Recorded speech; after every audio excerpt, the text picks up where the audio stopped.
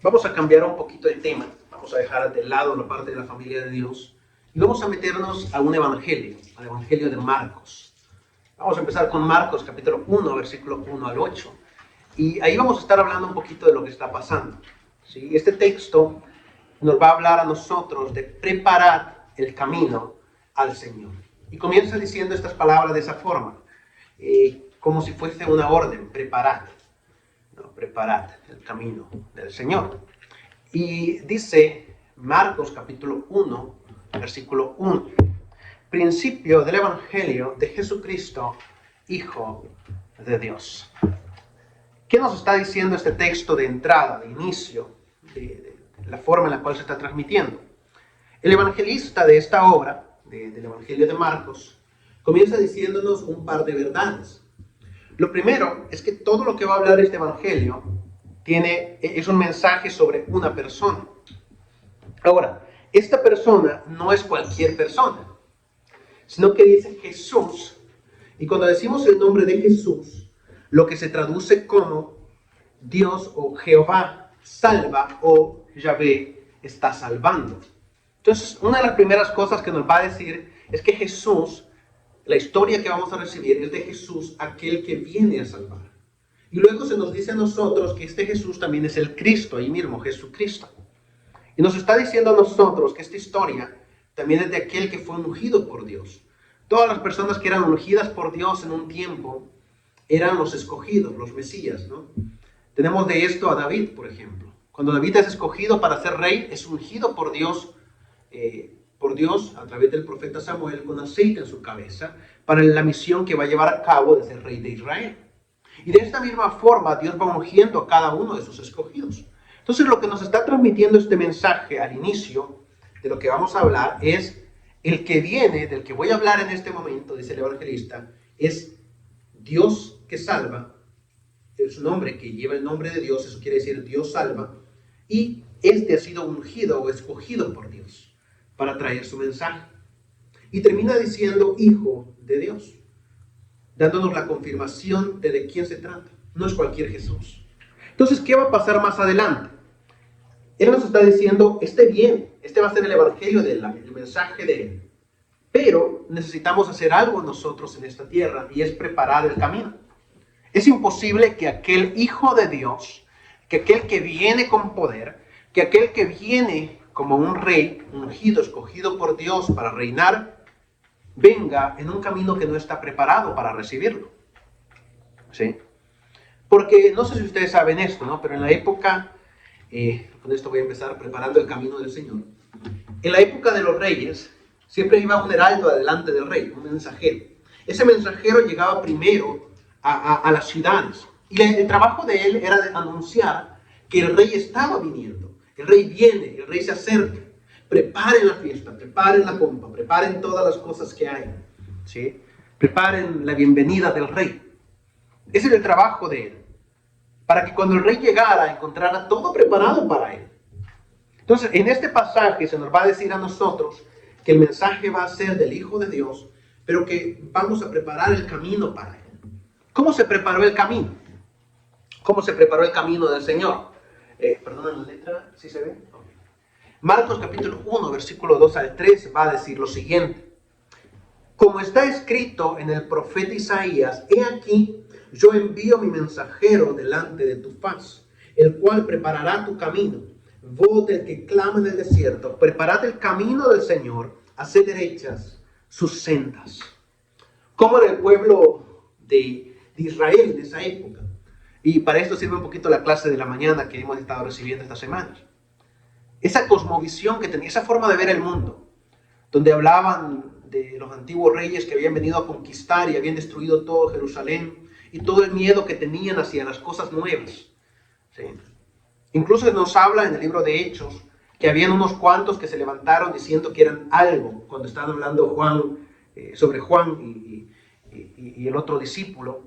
Y se habla de ellos y dicen, es que vinieron otros, ¿no? Juan y Pedro, vinieron otros antes de Jesús que decían ser algo. Ese decían ser algo quiere decir que se hacían llamar a sí mismos Mesías.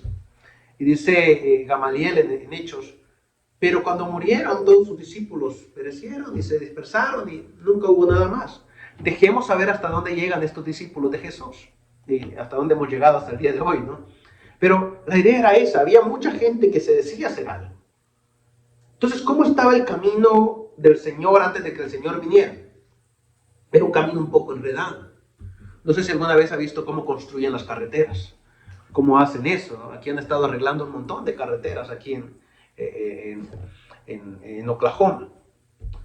Y hace poco estaba viendo algo en El Salvador. Eso fue bien triste. No triste tanto porque no hubieron muertos, pero estaban haciendo una carretera, la están arreglando una pared que hay alrededor, una montaña que hay alrededor de la carretera, y toda esa montaña se vino abajo, atravesando toda la carretera. Lo bueno fue que fue en la noche cuando no había mucho tráfico y nadie salió herido.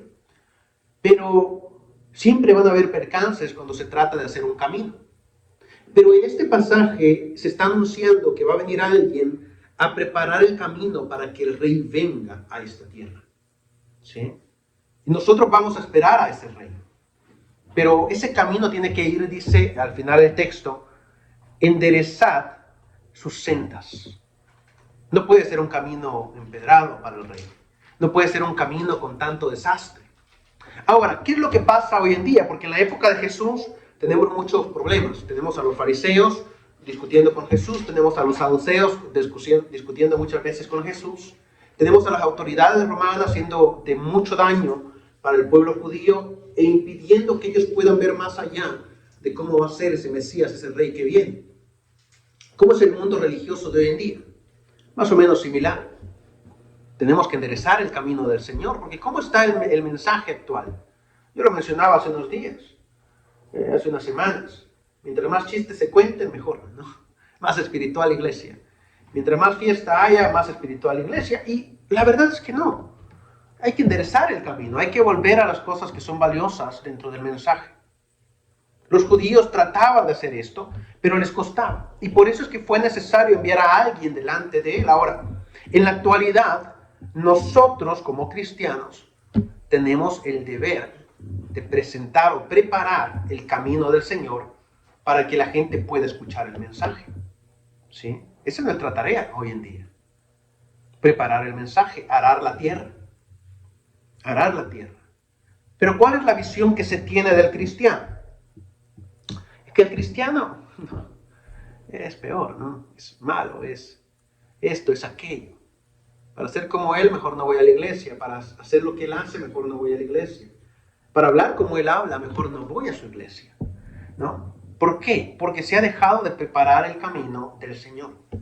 Y hemos dejado de hacerlo. Ahora, en este pasaje se menciona acerca del desierto. Dice, voz del que clama en el desierto. ¿Dónde estaba predicando esta voz? Dice, en el desierto. ¿Qué es el desierto? El desierto es un lugar seco, un lugar árido, un lugar donde no crecen las plantas, un lugar donde las cosas están muriendo. Era el lugar perfecto para el exilio. Por ejemplo, en el libro de Reyes, el segundo libro de Samuel, y David manda a traer al hijo de Jonatán, que se llamaba Mefiboset, y allí se ocupa una palabra y se dice, Mefiboset estaba en Lodebar. Lodebar se traduce como el lugar sin nombre, o el lugar desolado, o el lugar donde no hay vida, en otras palabras. Muy posiblemente un lugar desértico, donde no había ni trabajo, ni nada que cultivar. Estaba ahí, abandonado a la gracia. El desierto siempre fue este lugar, Lodebar, ¿no? Este lugar sin nombre, este lugar de abandono, este lugar donde se puede traducir de esta forma, el lugar abandonado por Dios, ¿sí? El lugar donde no hay vida. Y dice en este texto, la voz que clama en el desierto prepara el camino del Señor. ¿Cómo están los corazones de las personas en la época de Jesús? Están desérticos. Los fariseos no esperaban un Mesías, ellos están enfocados en la ley. Sí esperan un Mesías, pero la ley es más importante. Los saduceos esperan un Mesías, pero el templo es más importante. La gente de a pie espera un Mesías, pero sobrevivir al día a día es más importante. Buscar trabajo para comer. ¿Sí? No hay tiempo para el Señor. En ese sentido, el corazón de esa época estaba desértico. El corazón de hoy en día de las personas está en las mismas condiciones. Está desértico. Soy muy joven para escuchar del Señor. Soy muy viejo para escuchar del Señor, ¿no? Estoy muy ocupado para escuchar del Señor. El corazón está desértico. No queremos que la semilla de Dios crezca en mi corazón. Y esta es una realidad que existe en todo el mundo actual. ¿Qué es más bonito? Que alguien venga y diga cualquier cosa, ¿sí? Que alguien venga y me diga lo que yo quiero escuchar y listo. En la mañana decíamos, lo mejor que le podía pasar al profeta es que lo ignoren. Porque si lo escuchaban, lo mataban, ¿sí? Pero ¿qué pasa con la gente? Quieren profetas, pero quieren que les digan lo que ellos quieren escuchar, ¿no? Parecen más adivinos hoy en día, ¿no? Más adivino, parece que está leyendo las manos de las personas, ¿no? Esta línea significa, ¿no?, que vas a tener riqueza. Y eso es lo que la gente quiere escuchar en las iglesias. Pero la idea de este pasaje es en el desierto, donde no hay nada, donde la gente no está creciendo, donde los corazones están marchitos, prepara el camino para el Señor. Empieza a crear una senda para que ese desierto empiece a florecer, ¿sí? Y este es el trabajo que tenía que hacer el heraldo. Ir, dar el mensaje delante de Dios, antes de que Dios llegara. Luego tenemos este segundo papel, el papel del heraldo. ¿Quién era ese mensajero? ¿Quién era ese que traía el mensaje del Señor? Dice en este caso el versículo 4 al 6, dice así: Juan el Bautista apareció en el desierto predicando el bautismo de arrepentimiento para el perdón de pecados, y acudía a él toda la región de Jerusalén, y confesando sus pecados eran bautizados por él en el río Jordán. Juan estaba vestido de pelo de camello, tenía un cinto de cuero a la cintura y comía langostas y miel silvestre. Muy parecido a los profetas actuales, ¿no? Vestido de piel de camello, pelo de camello, comiendo langostas y miel silvestre. ¿Alguna vez has comido langosta? No la del agua, no la del mar, esa rica. No, langosta, ese saltamontes grandes, ese que se viene a comer todo el maíz. ¿Alguna vez lo ha comido? Yo no, y no quiero. Sí, siempre me ha dado un poquito de asquito porque cuando uno es niño ha pateado muchas de esas en el camino y nunca me gustó lo que salía de ellas. Entonces yo me pregunto cómo será comerse una cosa de esas. ¿Cómo son esas? Son estos saltamontes grandes verdes. Ok, los chapulines, gracias. ¿Sí? Y uno dice, ¿se imagina usted comer eso? Juan, eso es lo que comía. ¿Sí? Algunos lo han cambiado y dicen, sí, así como él comía langosta, nosotros también, ¿no? Pero hablan de la langosta del mar. Él no comía langosta de mar, comía lo que encontraba en el desierto. En otras palabras, este mensajero vino a vivir en el desierto. Vino a ponerse en la condición de las personas que necesitaban escuchar la voz de Dios para dar el mensaje al Señor. Jesús pregunta en una ocasión, ¿a quién salieron a escuchar al desierto? ¿A una caña movida por el viento? ¿Salieron a escuchar a alguien sin voz? No, fueron a escuchar a un profeta, a Juan, dice Jesús, reconociendo el trabajo de Juan. Y esto era una realidad. Toda la gente comenzó a ir al desierto, al lugar desolado, a buscar la palabra de Dios, a buscar el mensaje de Dios. ¿Cuál es la tarea de nosotros? En ese momento el heraldo fue Juan el Bautista. En los días actuales se supone que el mensajero debería ser yo. Deberíamos de ser nosotros, llevando la palabra de Dios con nosotros, anunciando a las personas que alguien está viniendo. Pero muchas veces nosotros mismos no vivimos esperando al Señor. En la época de Pablo, había una comunidad en Tesalónica que creía que Jesús ya venía. Y habían creído eso a tal punto que, dice el texto, habían vendido todo lo que tenían y estaban esperando su venida. No trabajaban, que luego Pablo los regaña por no trabajar. Pero no trabajaban, no cultivaban, no tenían nada porque decían, Dios ya viene. Ahora, ese era muy extremo, ¿no? Porque habían vendido todo. Pero ahora muchas veces hemos caído en el otro extremo. Ya no esperamos ni siquiera la venida del Señor. ¿Sí? Dice la palabra de Dios, nadie sabe cuándo. Pero yo debería vivir como que Dios viene ahora. ¿Sí? ¿Eso qué quiere decir? Preparando ese camino, siendo el mensajero, viviendo como vivía Juan el Bautista. Juan el Bautista no es que dejaba de comer, no, él comía. Pero dice, no me voy a sacrificar por ser como los reyes. Es más, denunciaba a Herodes. Se metió en muchos problemas con Herodes por eso. No trataba de agradar a las personas. Eso no quiere decir vaya y peleese con todos sus vecinos, ¿no? No les agrade. No, significa cuando hay que decir las cosas que son necesarias, es necesario que se digan. ¿Sí? Y perdónenme si cantinfleo, ¿no? Cuando digo algunas frases. Pero la idea es esa. Da el mensaje a las personas, prepara el camino del Señor, aunque a la gente no le guste. ¿Cuáles fueron algunas palabras de Juan el Bautista hacia los que venían a huir? Cuando llegaron los fariseos y los saduceos, generación de víboras. Digo, oígame. Claro, en un sentido esas palabras son buenas por cierto significado que tiene, pero de igual forma se oye muy feo que a usted le digan víbora, ¿no? Él no tenía pelos en la lengua. Él iba y decía, y anunciaba, y predicaba, y decía lo que estaba mal. Era el mensajero de Dios, cumpliendo su misión de preparar el camino. Y en este trabajo que él tenía, en medio del desierto, se volvió en alguien muy relevante. Y se pregunta uno, ¿a quién vino Jesús entonces? Porque Juan vino al desierto. Como dije, el desierto es el lugar del exilio, donde, escuche bien, iban los leprosos. ¿Sí? Mientras más lejos vivan de nosotros, mejor. No nos contagien. ¿Dónde estaba Juan? En el desierto. ¿Dónde estaban los leprosos? Muy cerca de él. ¿Sí? Entonces, en otras palabras, ¿qué nos está diciendo el texto? El mensajero de Dios tiene que venir a aquel que lo necesita, a aquel que lo busca a Dios. Cuando Jesús vino a la tierra, después de que el camino había sido preparado, Él vino a los leprosos, ¿sí? Vino a las prostitutas, vino a todos los que estaban aislados, a todos los exiliados, tomando la interpretación de lo que significa el desierto, no de forma literal, sino esta idea de exilio, aquella gente repudiada, aquella gente que no era querida por el pueblo.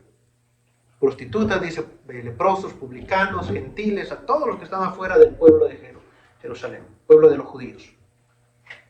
Todos ellos fueron traídos por Jesús de nuevo a la unidad con el pueblo de Israel. Cuando eran curados los leprosos, esto significaba volver a ser parte del templo, o poder ir al templo a adorar. Antes no podían hacerlo. Se estaban uniendo otra vez a lo que ellos creían, volviendo a su sendero. Las ovejas perdidas estaban volviendo. Pero yo no puedo encontrar ovejas perdidas si no me atrevo a ir al desierto. ¿Sí?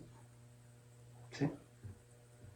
¿Dónde esperan? Y esto es algo que recuerdo que un hermano me dijo en una ocasión cuando estaba en Colombia. Me dijo, es que no me interesa ir a las otras iglesias a traer gente, me decía él. Quiero ir a la gente que no conoce a Dios. ¿Sí? O sea, los que ya están más descarriados. ¿Sí?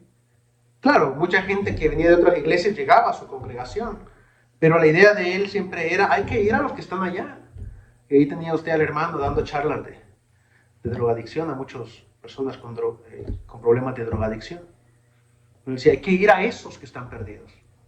Y es una realidad. Yo no puedo buscar ovejas perdidas, traerlas al rebaño, si no me meto al desierto.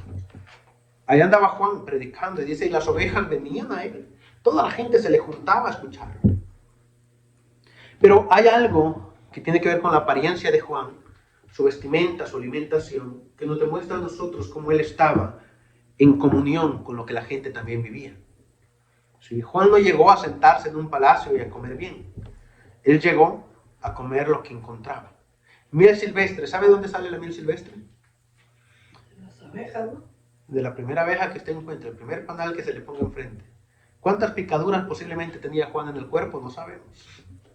Pero no es la miel que le venden a uno ahí en el supermercado, ¿no? O en las tiendas o en los mercados que ya está en botellita o preparada. No, le tocaba a él ir a ver si sacaba de algún palo algo. Ir a sacar la miel de las plantas. Esa era la vida de Juan. Pero predicaba al Señor. Predicaba el camino y lo preparaba. Vivía como vivía la gente que los rodeaba. Pero ¿qué era lo que él anunciaba? ¿Y qué es lo que yo tendría que estar anunciando también? ¿Qué es ese mensaje? Es el versículo 7 y versículo 8. Y predicaba diciendo, tras mí viene uno que es más poderoso que yo, a quien no soy digno de desatar, inclinándome la correa de sus sandalias. Yo os bauticé con agua, pero él os bautizará con el Espíritu Santo. Juan fue conocido como un gran profeta. Jesús lo reconoce como tal.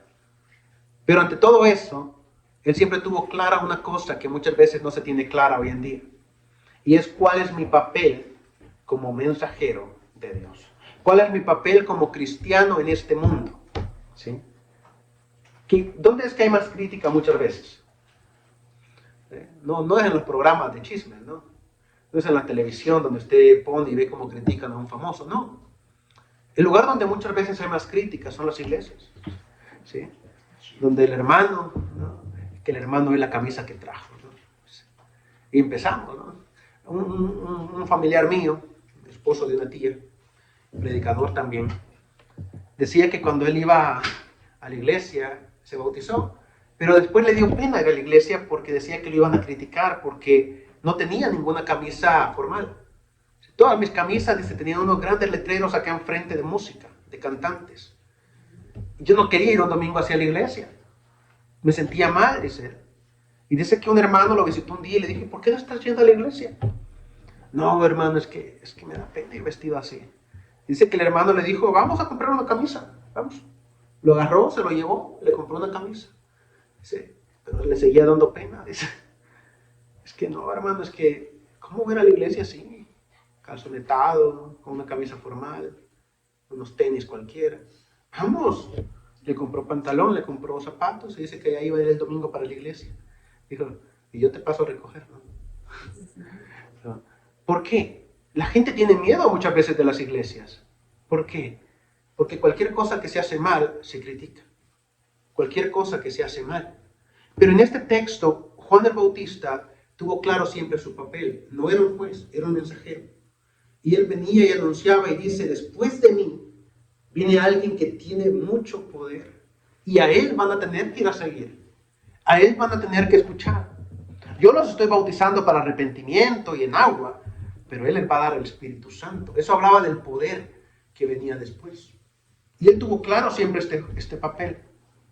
Hoy en día creo que muchas veces hemos fallado como cristianos en esa labor.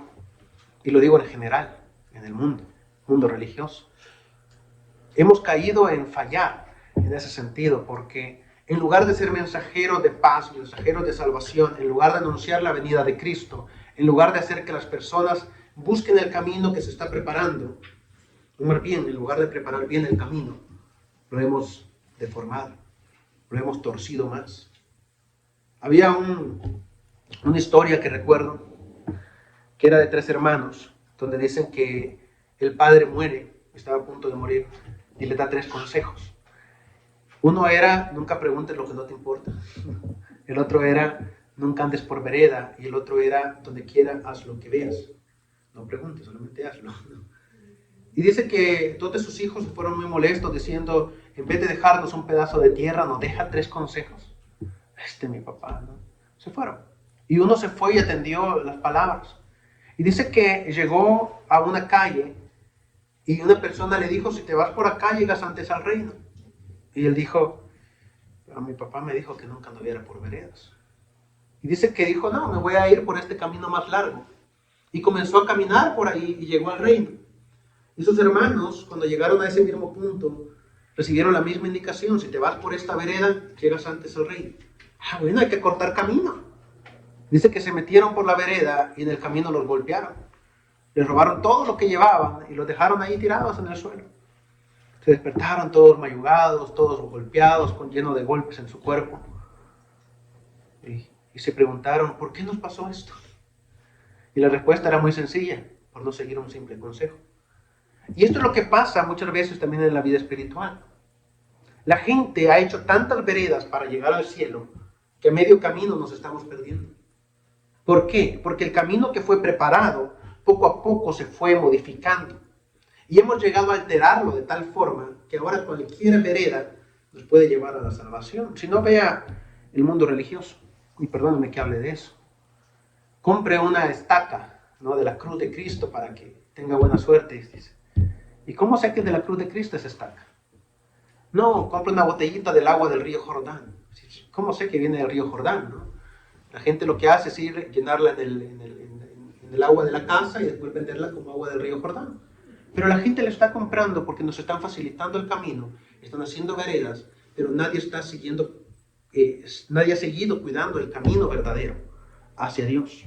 Nadie sigue preparando ese camino. Nadie sigue mostrando a Jehová. Nadie sigue hablando de Jesús. Hablamos de otras cosas que nos van a sacar adelante. ¿Sí? Otro montón de cosas. Menos de Jesús y su venida. Entonces, ¿cuál es el mensaje para ahora? ¿Y cuál es el mensaje que hay acá en este pasaje? Jesús iba a venir en esa época. Era la primera venida de Cristo.